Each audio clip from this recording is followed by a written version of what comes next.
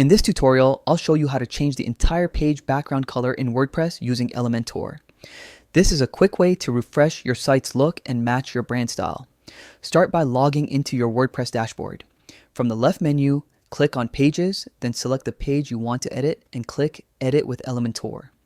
Once inside the Elementor editor, look for the Settings button at the bottom left corner. This is where you'll find the controls to adjust your page's background. Under the Style tab, choose Background Type. Select Classic to unlock options for solid colors, gradients, or even background images. If you want a solid color, click the color box and use the color wheel. You can also paste in a hex code for precise branding. Experiment with different shades or gradients until you find the look that fits your site's identity.